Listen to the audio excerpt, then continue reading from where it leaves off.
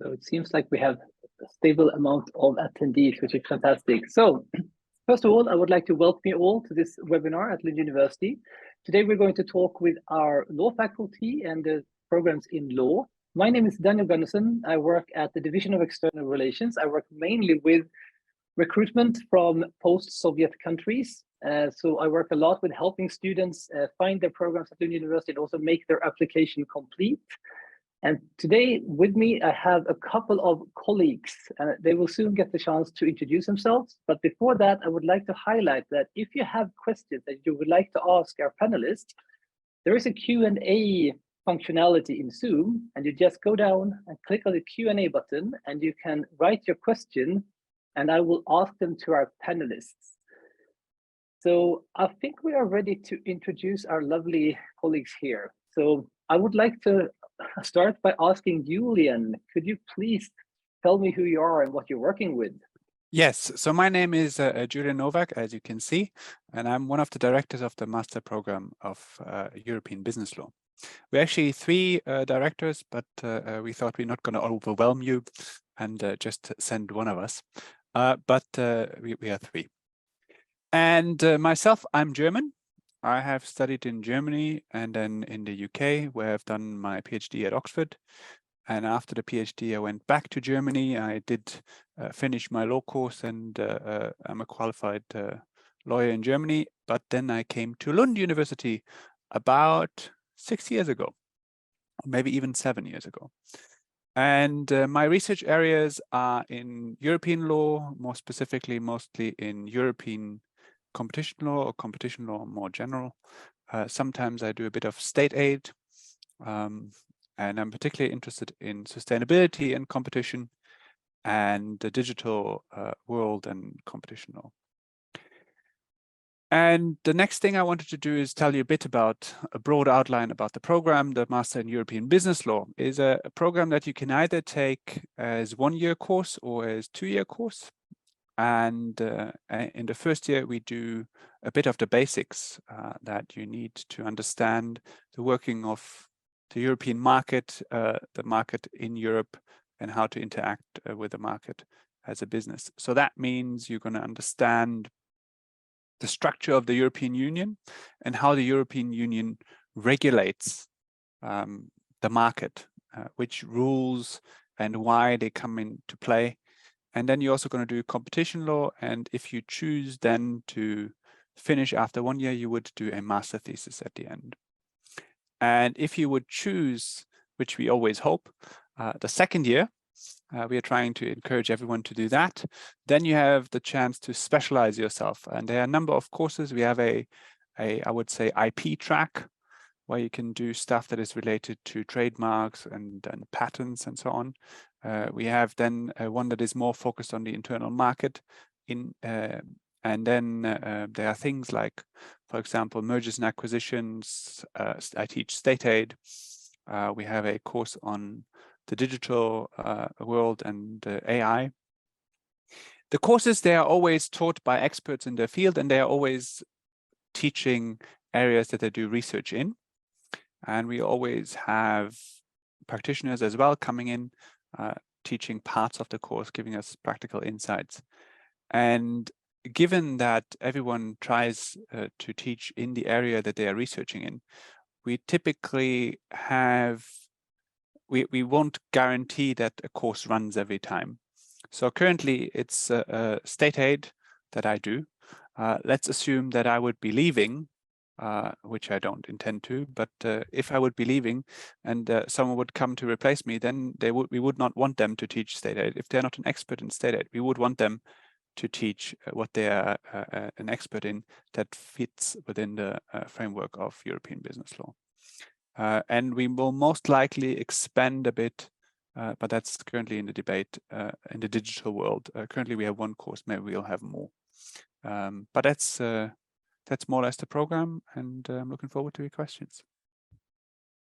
Wonderful. Thank you so much, Julian. So I think we will continue with Jörgen at the European and International Trade and Tax Law Program. So could you please introduce yourself? Yes, hello everyone. I cannot see you, but it's good that you are here. I'm Jörgen Hette. I'm professor of business law and also head of the department, which is called then business law. And that is at the School of Economic and Management. So it's actually a legal unit within the School of Economics and Management that we also teach law. Usually we teach Swedish law for the students, but we also have this master program in European and international trade and tax law. So it's like you can hear from the name, trade and tax law, meaning that there is a general introduction course to begin with, but after that there is a choice between tax law or trade law. So you can become then a tax specialist in this program, and there you can have a specialization in direct tax or indirect tax. It's only 1 year program, so it's not an option to have 2 years. It's the same for trade and tax. In the trade track then there we also have 2 different specializations. One we call contracts, trade and competition, and that is the more general one. And the other one is an intellectual property track. There you can then have courses about intellectual property the whole way through the program. We are focusing on sustainability all over the program and also on digitalization. So we try to have it as modern as possible. I think it's also in a School of Economic and Management. So of course, we invite students having different degrees. So you can have an economic or business administration or political science or international relations, even if we have a lot of students which have a law degree, of course, which are coming to us. But it's possible to add it to another degree.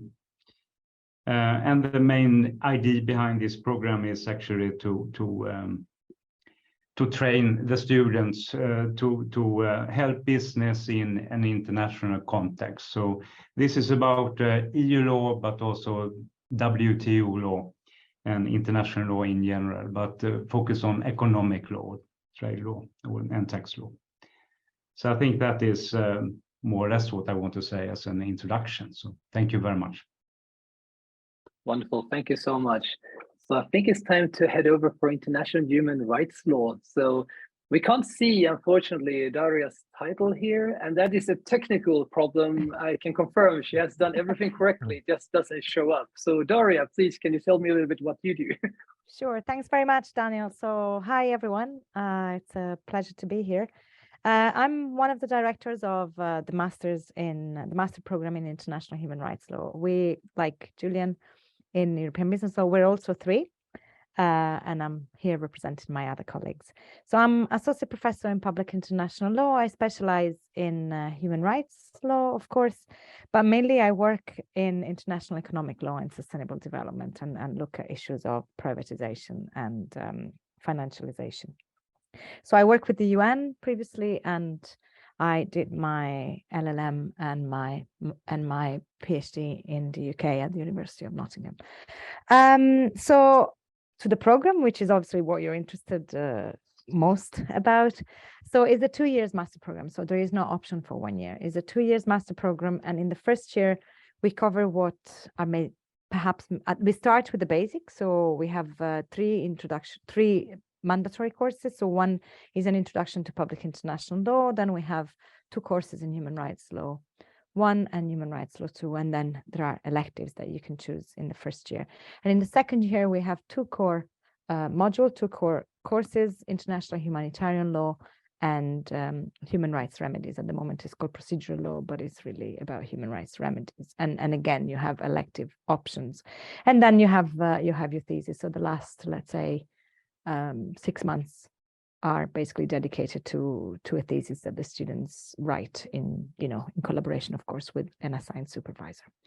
So I think I'll leave it there, and I'm happy to answer your questions because I'm sure you'll have many. Perfect. Thank you so much. And I think the final panelist here should introduce himself as well. So we have the program coordinator, Anders Treje. What can you tell us about you? Yeah, so I'm the master program coordinator, which means that basically I work with the administration for the master programs, including a lot of administration concerning the applications and the admissions processes. And I'm the program coordinator for the programs at the Faculty of Law, which means the European Business Law and International Human Rights Law. The coordinator for the Trade and Tax Law isn't here now, but I'm sure we can answer a question about that program as well, together with Jörgen Hettner. Wonderful, thank you so much. So I can see that we have started to get a few questions here from students in the Q&A section. So I just want to highlight again for any new attendees that if you have any questions, feel free to use the Q&A functionality of Zoom. You just click on the button. It's part of the interface of Zoom, and you just write your question and we will tend to it. So I'll actually start by asking a little question here that we usually get, and we have received it before this webinar as well by email. And that is a very common question that we get every year. So why do you think that a student who is interested in the subject area that you represent should apply to your specific program? What makes you unique? Why should they select to come to your program? And I think I will start with Julian again, because you have been waiting the longest here. So let's start with Julian. So I think that's most likely the most difficult question. And I think our program is not the right program for everyone. Our program is the right program for a person who wants to do business law and wants to do business law in the European Union and wants to understand, and that's why I think where our program has a particular focus on, is understanding how the European Union works and how the working of the European Union from a constitutional perspective shapes the way the Union regulates the market and interacts with the market and the market forces and sets the laws that regulate business conduct in the European Union. So I think that's the focus and the direction of the master's program. Why does the European Union regulate something in a certain way? Why not in a different way? Why is it not regulated by the member state, but by the European Union or the other way around? So if you're interested in questioning and understanding not only what the rules are, but why are they in a certain way, and whether that makes sense or not, that's a judgment that we very much encourage. Critical thinking about these questions. That's what you get in the program. And if that is something that you're interested in, then I think it's the right thing for you. Wonderful, thank you so much. So I think I will give the word to Jörgen now. Why should they select your program at the School of Economics and Management? Yeah, thank you. Yeah, I think there are, of course, similarities of what Julian just told us. I think for our program, it depends a little bit what background you have when you enter the program. If you enter, like if you have a business administration background, I think you will do this actually to add the legal aspects on that degree you already have. And I think that is very important to have more knowledge than only in one specific field. If you want to work for companies which are working internationally or international organizations in the European Union, in the WTO or whatever, that is quite important. Of course, you can also have the law degree, but if you have a law degree from one country, you have what Julian talked about. I mean, that is, we add these international aspects on that. So if you want to continue for a PhD in this field or want to work in this area, then you need that knowledge. So I think it's a way to qualify for more interesting jobs in the future or an interesting PhD in the future. I mean, so I think it's a good choice. Thank you. Thank you. And Daria, International Human Rights Law. Why should the students select your program? Well, I think the strength of our program is really our collaboration with the Raoul Wallenberg Institute. And so the fact that if you do this program, apart from the fact that it's a 2-year program, whereas most of the other programs are shorter, is that we have this collaboration and this joining the academia, of course, which is what Lund University and the Faculty of Law will offer, but also having a practice-oriented institute that is our partner in this joint venture for the master. So it's having both the practice and the theory, if you want, and having a very kind of holistic approach of what human rights base approaches of what the theory of human rights can be, but also, of course, the practice at international level. Wonderful, thank you.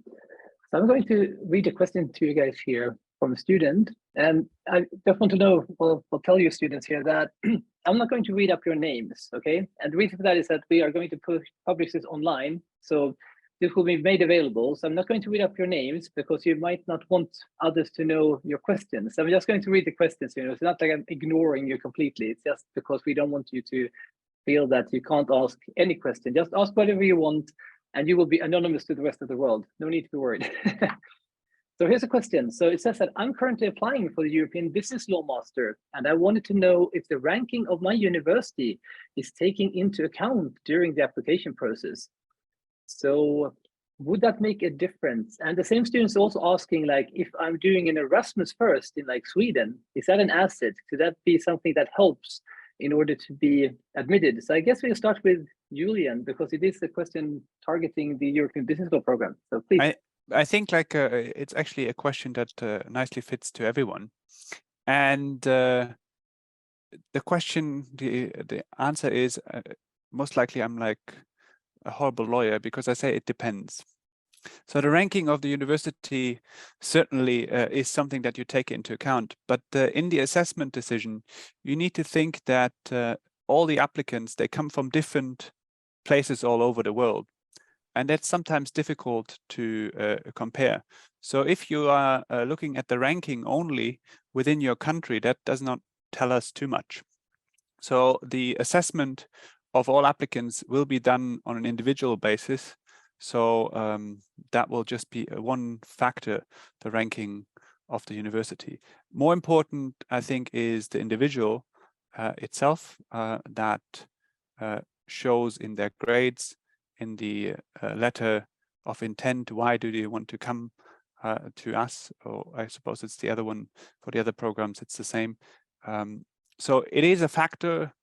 If you are from the best university in your country with the best grade, then it's possibly much easier if you are, rather than if you are from the worst country, from the worst university in your country with the worst grade. But if you have the best grade at a not so good university, that's not going to be like so bad for you. Wonderful. And I'm going to hand the word to Daria this time, so mix it up a bit. So like if someone's applying to international human rights law, do you take their previous like university into consideration, like the ranking and stuff?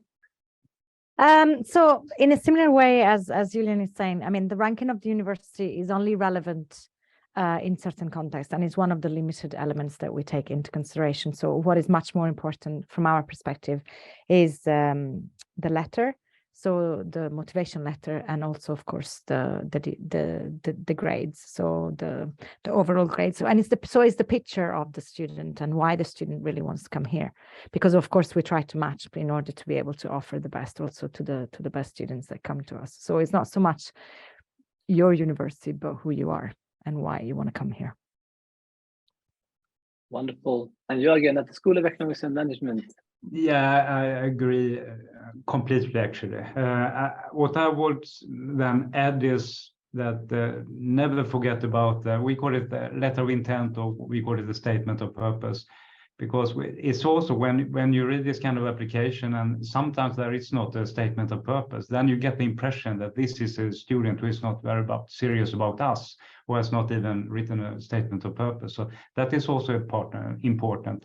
And if you think about how many different students will apply from all over the world, it can be difficult for us also to compare different grades in different continents in the world, right? So it's an individual assessment, and therefore it's important to write something as well to explain who you are and what you want. Thank you so much. We have another question here that I guess could be, well, asked to all of you, but it's directed towards the International Human Rights Program. And that is if your program could be a pathway towards doing a PhD at Lund. So Daria.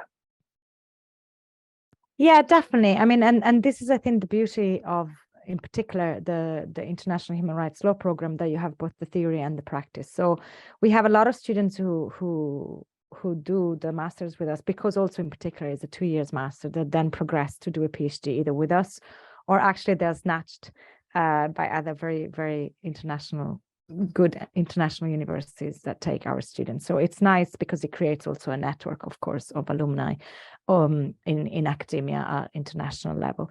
So it has both elements, no, and it gives you enough theory and enough theoretical background and methodology for you to be able, especially that you develop, especially with the dissertation. There are also like some non-compulsory reading groups and for theory. So if you are more academically oriented, this is certainly like a very helpful environment for that. And I mean, a lot of students actually approach us for writing the proposal. So you do have quite a lot of support in that sense, if that's what you want to do. But equally, I would say if you are interested in practice and in having maybe contacts with NGOs or with a kind of more practice-oriented world, then that's where the Raoul Wallenberg Institute comes in, but also some of us and our expertise in the past. So yes, I would say yes. And Jürgen, at School of Economics Management, can you be used as a pathway to do a PhD at Lund University? Yeah, I think you qualify for doing a PhD. Then I have to say also that, of course, we are not a very big department ourselves, so it's not that we can offer a lot of positions as PhD, but we have several students who have been able. We have some who had actually done their PhD after the program, especially in tax law, with us. But there's also others who have then been able to do it in other European universities, and also have one who did it in Australia, for instance. So you can do it everywhere. But so the main thing is to qualify and then look for it in, I would say, in whole Europe at least, if you're really interested, and not focus only on where you make your master.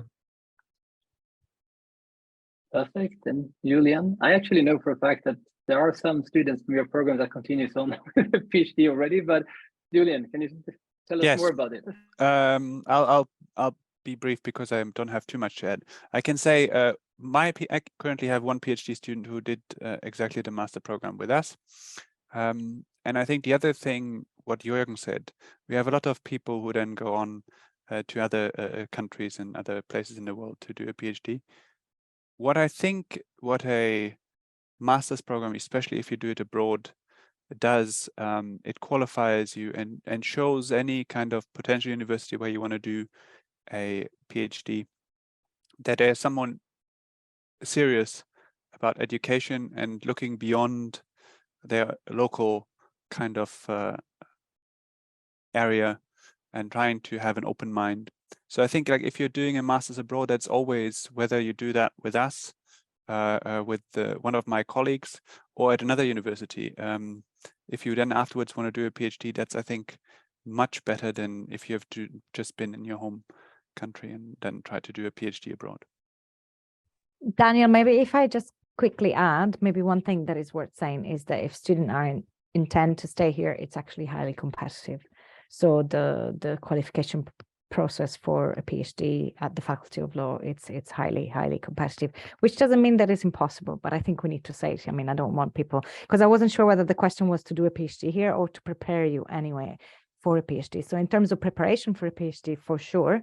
And then as the other said, there is certainly a pathway for our own students to stay, but there is no guarantee because it's a highly competitive system. So when you compete with everyone else from around the world. Yeah, I think that's a very good thing to add, actually. I mean, in general, just getting into the master's program is also highly competitive.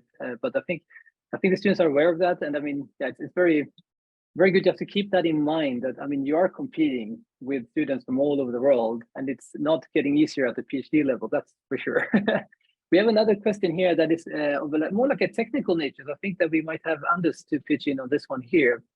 So it's a student applying for European business law who sent his or her transcript here from the university and want to confirm if the school will acknowledge the transcript. Like, and I understand, I do understand the question here. Like, if you're sending your transcript straight from your university, how would you know that it's arrived? How do you know that it will be acknowledged?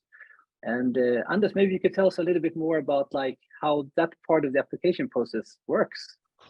Yeah, so you submit the documents either usually yourself directly, or in some cases your university, to universityadmissions.se, and then there is an admission organization who will assess all the documents to check that you meet the general requirements. So basically that you have a bachelor's degree and that you have that you meet the English requirements.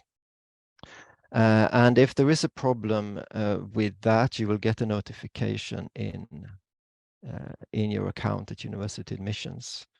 And if there is still time before the deadline of the 1st of February, which is the deadline to submit documents, so you may have time to send in further documents. So that's a reason to why it could be a good idea to submit your documents early. And then if everything is fine with your application, then basically I will look at your application to see if you meet our special requirements. So basically that you have enough law studies in this case, and then you will pass on to the selection process.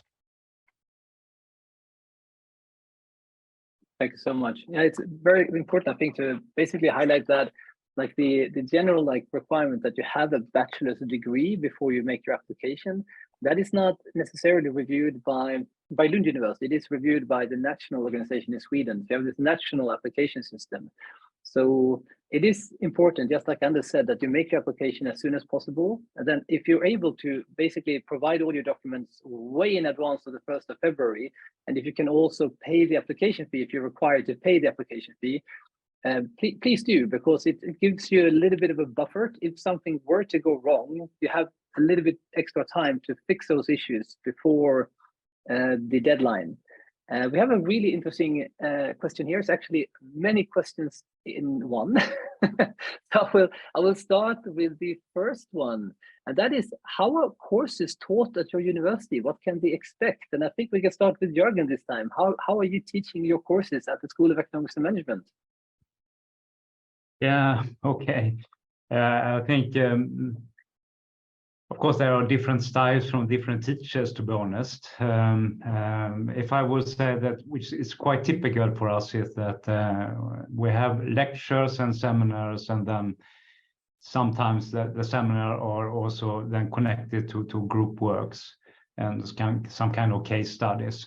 But it's like lecturing just to know the subject, and then you have to read for yourself as well, because you cannot cover so much during the lectures. And then seminars to apply the knowledge, so that we try to go into, I mean, this is about law, so we go into legal problems and try to solve them in different ways. And when we have group work, it's also about writing, to present something in group, so it can also be individual assignments. So we try to structure it more or less like that. So that is, then of course it can be more digital things, I would say, nowadays, and it depends a little bit about creativity of the teacher, I would say, but that we have also, of course. And Julian, what is like at the European Business Law program? I think it's rather similar to what Jürgen just said. We'll have lectures, we'll have seminars. Seminars might contain group work. I think what is most likely also the same in all three programs is that there's a lot of work that you're required to do at home, meaning reading. It's a postgraduate degree, so meaning that there's a lot of work that is expected, independent study from you, and we want you to come prepared to class, not unprepared, so that we can have a discussion with you. Even if we are calling it a lecture, at least in our program, it is very interactive. We ask questions and we discuss the answers that the students give. So to me, I don't know, most likely it's the same for all my colleagues. It's much more fun if I don't have to talk and you all listen, but I can talk with you, then it's much more fun than just lecturing. So I think that goes basically for all teachers. So it is interactive in that sense, and then you always have seminars as well, which are even more interactive, and then work within the student groups and self-study. I assume it is the same at the International Human Rights Law program, but I will still let you answer, Daria. Yeah, no, I cannot but agree with Julian in the sense that, yeah, so we also have lecture, seminar, workshops, but to be honest, we always tell the students not to get too hung up with how we call it, because also we have no such thing as frontal lectures. So, and we would call upon students. I mean, we usually get to learn your, it's not a huge group normally, so we do get to learn your names and to pick on you and invite you to say what you think. And, you know, as Julian said correctly, it's very, because this is a master level, you need to come prepared, and so there is an expectation that you have done your homework, so to speak, and that you come having read the cases or having prepared whatever the case studies or presentations, if there are any, and especially in the seminar, which is where we split the group in two so that there is even more space for discussion. So that's where we would ask you to actually prepare something actively and take responsibility for that part of the course. So I would say definitely very interactive. In terms of the creativity of our colleagues, I think, so we have some colleagues that use the flip classroom method, so they have kind of recorded lectures and then there is just a discussion in class.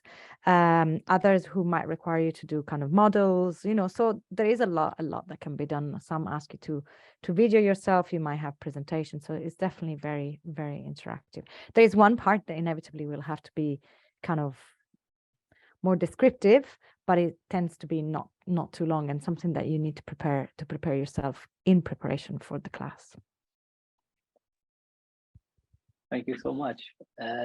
Talking about exactly, you had a fairly small group, so we have a question here actually. So in general, in your program, we'll start with Daria, but how many places do you have in the International Human Rights Law program? So that changes from year to year, really. So we had an intake. So our first year this year is 30, Anders, correct me if I'm wrong, I think we have 33 students. We're marking now, so I know that I have 33 scripts on my desk. Yes. And the second year, I think, is 45 or 44. So there is a bit of variation, but usually tends to be more around 30. And that depends on a constellation of reasons. No, it might depend on the quality of the students. It might depend on, you know, some students are offered and maybe they decide to come or they don't decide to come. So it depends on a constellation of issues. But I would say roughly between 30 and 35, sometimes a bit more. Yeah, because so let's say that we have roughly 35 places for each of the programs, and but we do take in more students because we know that some will not show up and some will be depending on scholarships to be able to come, for example. Wonderful, thank you both. And then the School of Economics and Management here, Jürgen, how many places do you have in your program? Yeah, I think we usually have like 40 to 50 maybe students, but then we divide them into the trade and tax track after the introduction course. So then it will be smaller groups, and then we divide trade law once again, because you have options there to choose different courses through the program. So I think that is, but it's also true that, I mean, it's not it's a bigger number, of course, because there will be, not everyone will say yes in the end. So it's not that difficult that we only take like 50 from the beginning. Thank you, Jürgen. So there is like an over intake. It's a very, I mean, rational way of dealing with it, because I mean, we've had these programs for a long time. We know roughly how many percentage of our students will drop out. So that's what we're talking about. We might actually have more people admitted because we know that we might lose 15 to 20% of the admitted students due to like funding issues or other issues with like residence permits and everything. So it's just a rational thing for us to have an over intake. We have another question here that I will ask, and I think that Anders Treyer probably knows this by heart, but when will the admission results be announced, Anders? Oh, that's a good question. No, I don't know that by heart, but I don't know the exact date, but it's sometime in the beginning of April, I think. Or do you know that, Daniel? Yeah, well, actually, the reason why I asked you was because it's actually fairly early this year. So it's actually the end of March. Okay. Sorry. No, so, but it's actually, yeah, you can expect to know by the start of April, like if you're admitted or not. That's for sure. But the date changes a little bit between different years. I can't blame my colleague here, Anders, because to be honest with you guys, I don't know between different years either. So it's perfectly fine. We have a lot of questions coming in here, which is fantastic. So we have a question here about letters of recommendation. So they would like to ask, like, are the letters of recommendation of equal importance to grades and the statement of purpose? There's some students here that figured out that there are different ways you will assess them. So they just want to know a little bit like, how do you assess the students? So I think that we could maybe start with Jörgen at the School of Economics and Management this time. So our letters of recommendation of equal importance to grades and statement of purpose. How do you look at that? Yeah, of course, grades are always very important to check. I mean, because that is still the most objective thing. And then statement of purpose is important because we want the students to explain themselves why they are interested in the program. And then that can be confirmed by these then letters of recommendation. So in a way, I mean, you can say whatever you want about yourself. And if that is supported at the letter of recommendation, I mean, it's then we maybe believe it more. But I would not. I would more say that it confirms this statement of purpose rather than it has that it is totally independent. So it's an overall assessment. Thank you. That sounds really good. So Daria, international human rights law, how do you look at it? Yeah, so I guess is it like Jörgen explained already, is a triangulation, right? So of course we want to know why you want to come here. We look at your grades so that we know that you're the best students and that you're going to be able to basically keep up with the level of the courses and you're going to benefit from it. But at the same time, we need to triangulate with somebody. So and I think so in my experience also as someone who writes this letter, I think what's important for us is to know from a peer, from another academic, if there's something in particular that we need to know about you. So if one of your grades, let's say it's slightly lower than the other, why is that? No, there might be specific reasons, but at the same time, this person is really enthusiastic about you and they tell us, you know, okay, there has been a bit of a hiccup because of Corona, whatever, right?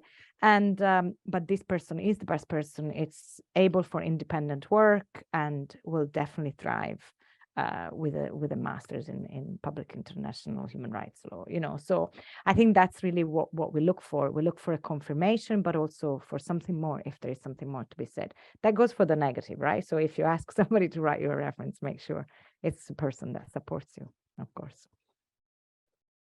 That sounds like a great top tips, to be honest. Julian, how is it at the European Business Law program? Yes, I think it's the same. I'll just add one thing, which is we know that different jurisdictions write different forms of recommendation letters. So I think it's something that we also take into account.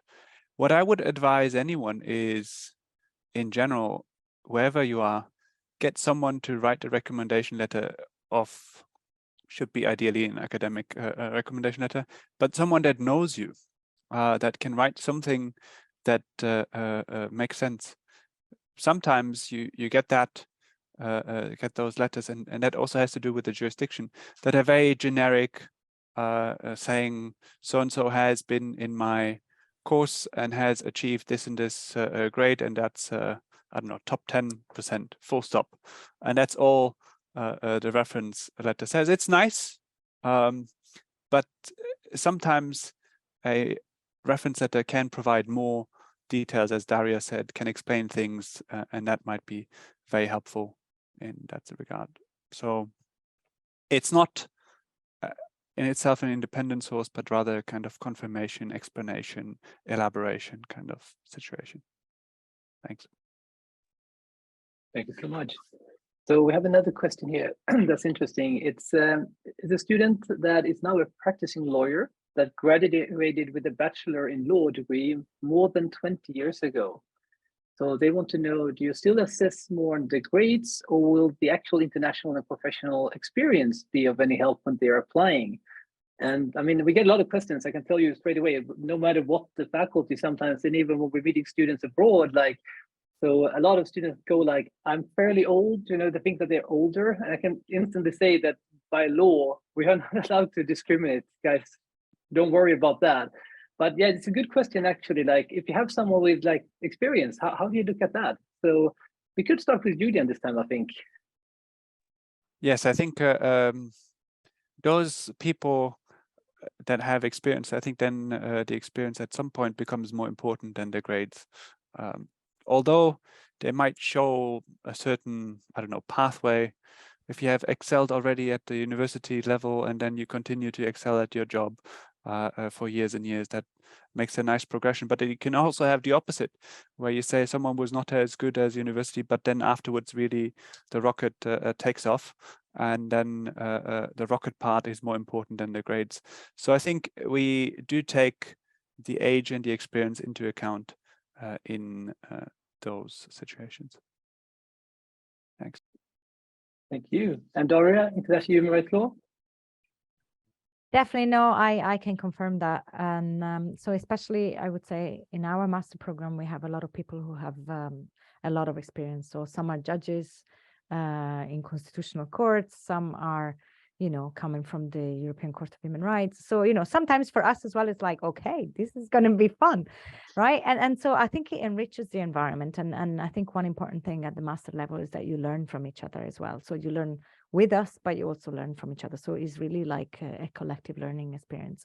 So it's also making sure that we challenge the different students at the different levels, no? And this is a challenge, but it's also really, really interesting. So definitely, as Julian said, you know, you might have grades that are not fantastic, you know, maybe from 20 years ago, but that doesn't mean that they're obsolete, number one. And it does, but you know, what comes after, it's important. And I think that's where to connect to the previous question, that's where also the motivation letter is important, no? So why, with all that wealth of experience, do you want to do a master's at this stage in your career? What is that? What are you looking for? What are you expecting? So I think that's quite good to know. That is a very good point, actually. So, Jörgen, how do you look at it? Yeah, I can also confirm that this is really part of the overall assessment, and we really welcome also that kind of experience, because as Daria said, I mean, it's enrich the environment. And so of course, so we have several students every year who have more practical experience, and that is good for us. Thank you. Thank you. There's a question here about scholarships. Like, are there any scholarships offered by the department or the faculty for admitted students? And I think we can ask Anders this question, because I think he gets a lot of these questions as well. So Anders, are there any scholarships for the students? Yes, for students who are required to pay tuition fees, we have something called the Lund University Global Scholarship, which covers the tuition fees, usually 90% of the tuition fee, or 75 or 50, something like that. And this is awarded to students based on academic excellence. So we basically look a lot at the grades when it comes to that scholarship. And we have a few, let's say 5 or 6 scholarships usually every year. And then we also have the Swedish Institute also has scholarships, and those are more extensive. They cover tuition fees and also expenses, living costs. Thank you so much. I can also add that besides our own scholarship, the Lund University Global Scholarship and the Swedish Institute Scholarship, it is quite common that due to the fact that we're fairly old and rather prestigious university, we tend to be on the list of many like state-run scholarships in many countries in the world.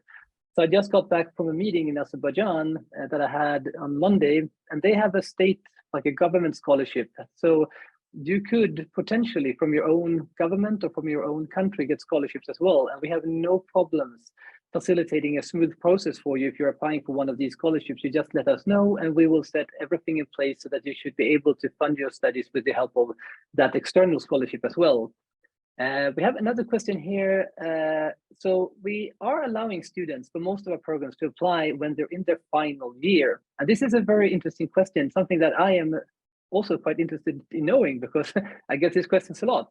So how do you assess the students that are graduating like this spring now, but going to start in the autumn because they don't have a complete bachelor yet? So how do you, they will get their like the final like grades and everything by the summer. So how do you assess these students compared to the others that might already have graduated? So Daria, does that make a difference for you at the International Human Rights Law program? I think I need to defer to Anders here because I'm not 100% sure in the sense that we don't have conditionalities, do we, Anders? Yes, so you can apply if you're on the last year. And I would say, correct me if I'm wrong, but we judge those applications basically in the same way as we do with applicants who have the complete degree. So this is what I wanted to say. So we look at the grades that are there, Yeah. as well, and the ones that Yes. are missing, because there's so in other university you might have conditionalities, right? So you have a conditional offer, so you can only come here if you meet this projected outcome. So we don't have this here, and so we judge it on the basis of what's there already, which could work in your favor or could work against you, of course. But so we judge what we have, and also that's because of the nature of the university system here. Yeah, but what the condition must be that they get the grade, which are intended. But so it's conditional in that sense. But we assess what we have actually. That's right. We have several cases of that as well. But we will never say that, okay, you can be admitted if you achieve this grade or anything like the grade. So it's just you need to get the degree in order to start. Perfect. I have a question here that is targeted toward the international tax law program. It says that my first degree was an economic degree. Is there any chance for me to get to the program? I have learned about international tax from online courses like Coursera. Would that count to have credit about tax law if they've done Coursera courses in tax law? Jörgen. Yeah, the requirement with the formal requirement is 30 credit of law, and it should be at least then 15 credit tax. No, I think it's 30. Yeah, if you don't have a law degree, I think it's 30 credit tax law. So that is at the outset. And I don't think you get this kind of academic credits for the Coursera course, right? It's not the same. Of course, there can always be an assessment of equivalence there. So if you're really interested in this, I mean, and think that you're close to that and can prove that you have that kind of knowledge, then you have to explain that carefully, and then we can make an evaluation if that is enough. But there are some problems to have enough credits when it comes to tax law. It's a little bit easier when it comes to trade law. There was 15 credits of law and a degree in some of the areas we mentioned them, like economics, for instance. Perfect, thank you. We have a lot of questions here that are coming in, which is absolutely lovely and fantastic. So we have a question here about, yeah, that one is a little, I thought it was a good question, but it might be too personal, so I would actually skip that one. So if you have asked the question today, I can tell you as well. If you asked the question today and we are not able to attend to it during this little webinar here, just copy your question straight from the Q&A and email us, and we'll gladly help you out, no worries.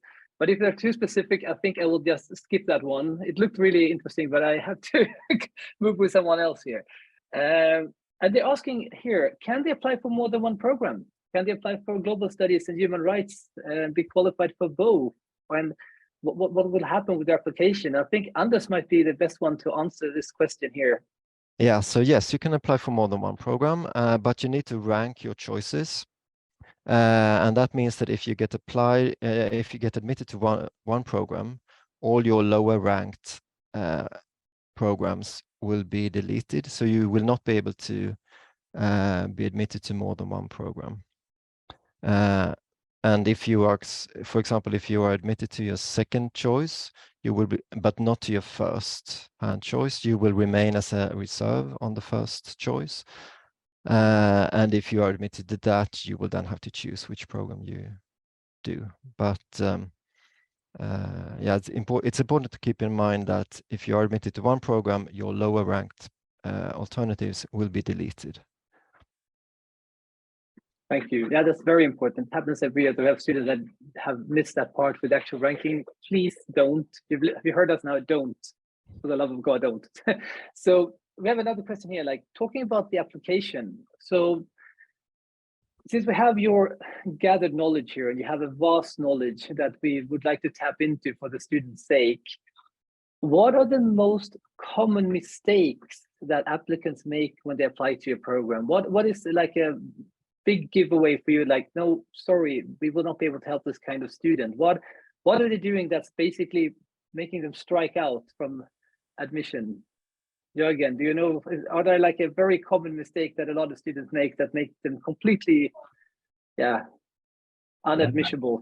I think I mentioned it, but that is actually that there is no statement of purpose or letter of intent at all. I mean, that we have seen, and then we cannot only go, we need that actually to make a full assessment. So even if the grades are okay, it's difficult if, so please fill in that. It's an important document.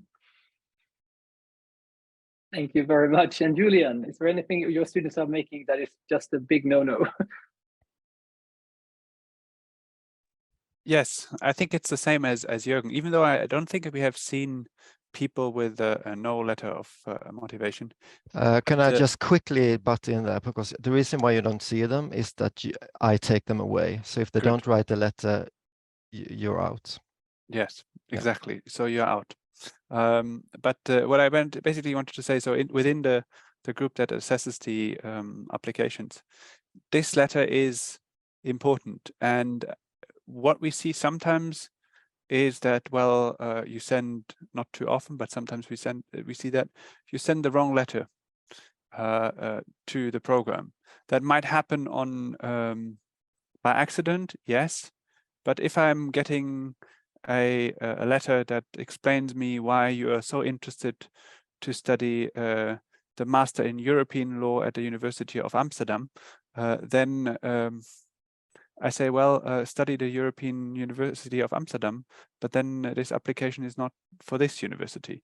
So that, I think, is important. I think it's perfectly fine to apply to different programs. That's not a problem, but you need to explain very particularly why this program is something you want to do. Because we want to have students who are interested in the program, because we want to work with you. We like to have interested students that are interested in the subject and that are interesting to us, and then we can have a nice discussion, and that helps everyone.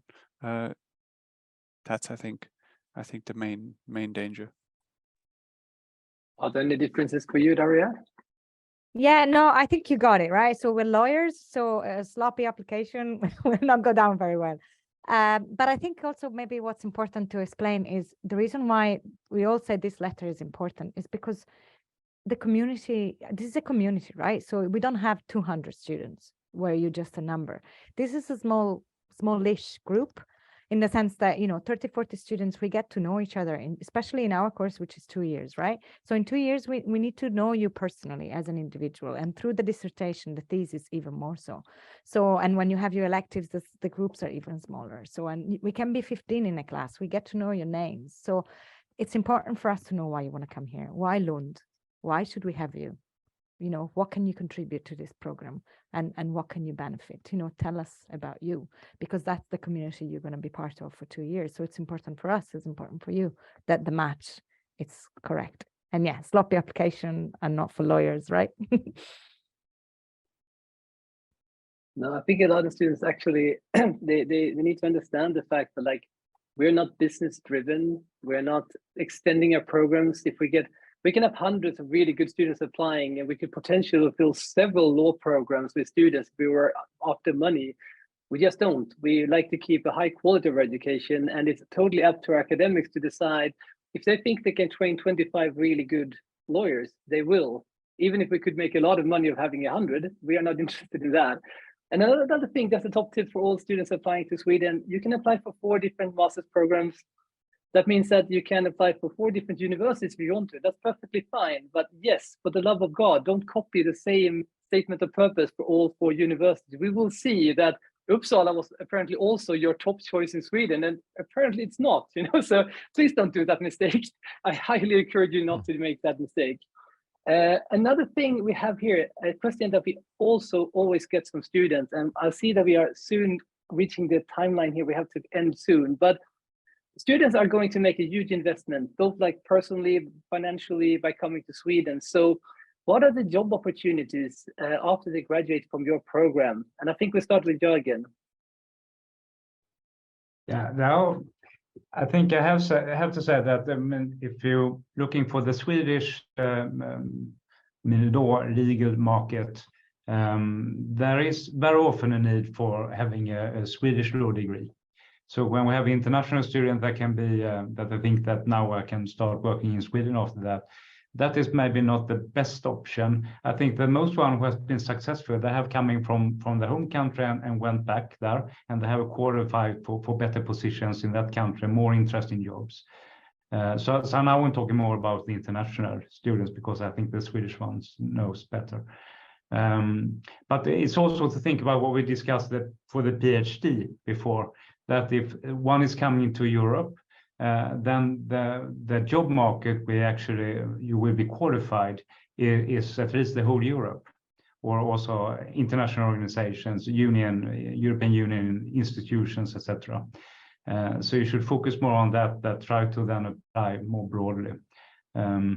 So I think that's how you can benefit from the program, that you will then advance in that sense in your possibilities of getting an interesting job or an interesting PhD position as well.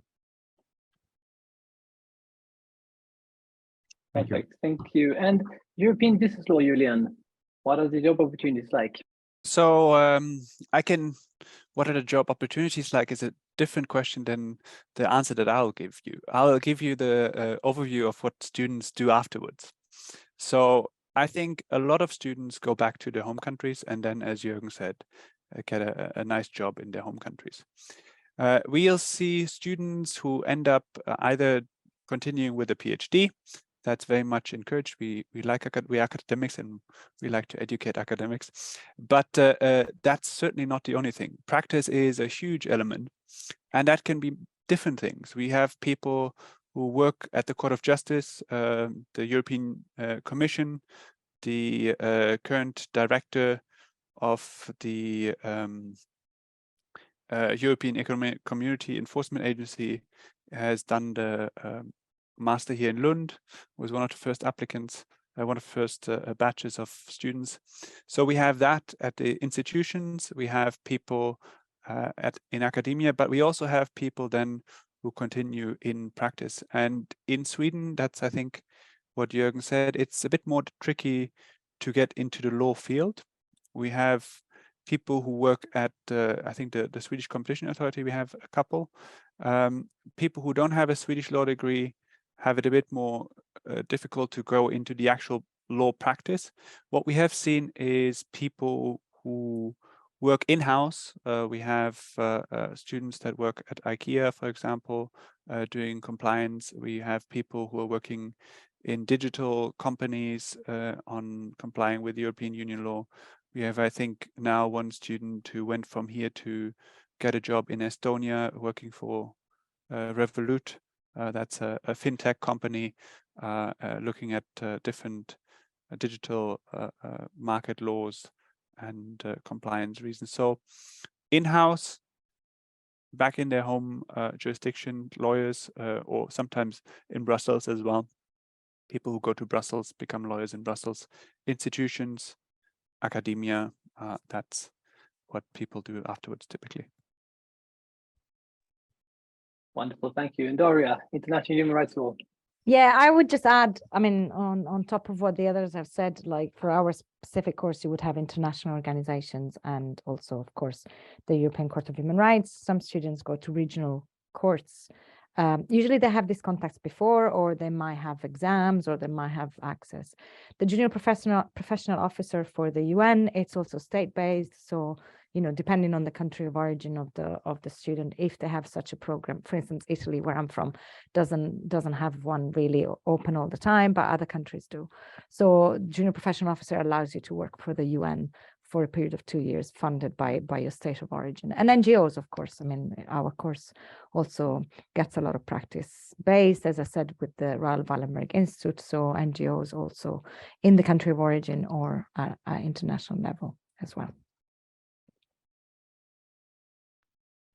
Wonderful. So I would just like to say thank you to all our panelists. You've done a splendid job replying to the questions from our students.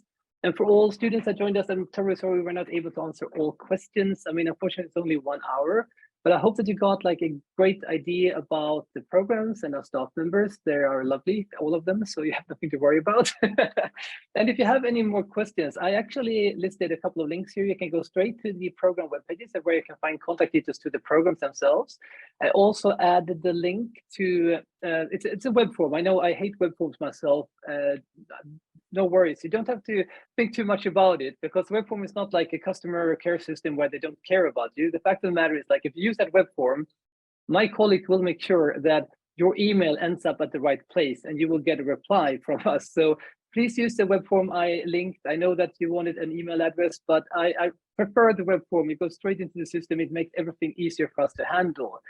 I would also like to inform you that are listening to this like now in real time, so not online after this session has ended, but for all of you, there's still a possibility to join us within an hour, because in 1 hour's time, we are going to start talking with current students, and you can ask questions to students what these programs are like to actually study. So that will be in an hour. So more than welcome to join us for that. Otherwise, I would like to say thank you for tapping in and listening to us today. And once again, thank you to all of our panelists for doing a great job. And I hope to see you in Lund in the future, and good luck on your applications. So take care, everyone. Thank you. Hello. Goodbye. Thank you. Bye-bye. Bye.